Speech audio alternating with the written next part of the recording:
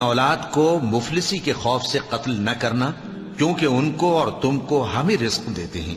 کچھ شک نہیں کہ ان کا مار ڈالنا بڑا سخت گناہ ہے، اور زنا کے پاس بھی نہ جانا کہ وہ بے حیائی ہے اور بری راہ ہے۔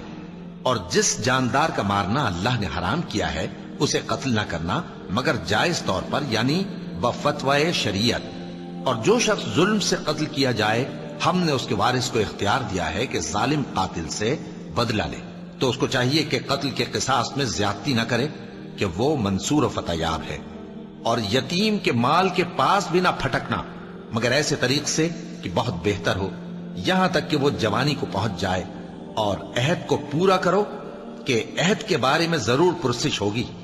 اور جب کوئی چیز ناپ کر دینے لگو تو پیمانہ پورا بھرا کرو، اور جب تول کر دو تو ترازو سیدھی رکھ کر تولا کرو، یہ بہت اچھی بات اور انجام کے لحاظ سے بھی بہت بہتر ہے۔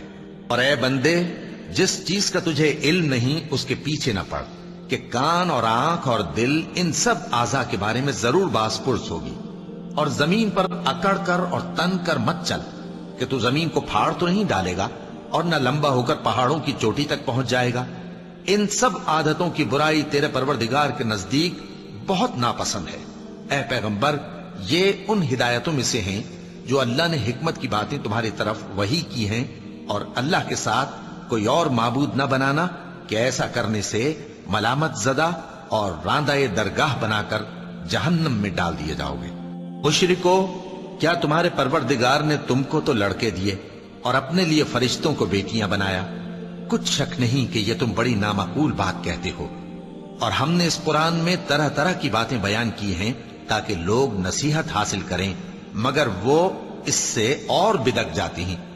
کہہ دو کہ اگر اللہ کے ساتھ اور معبود ہوتے جیسا کہ یہ کہتے ہیں تو وہ ضرور عرش والے کی طرف لڑنے بھیڑنے کے لیے رستہ نکالتے۔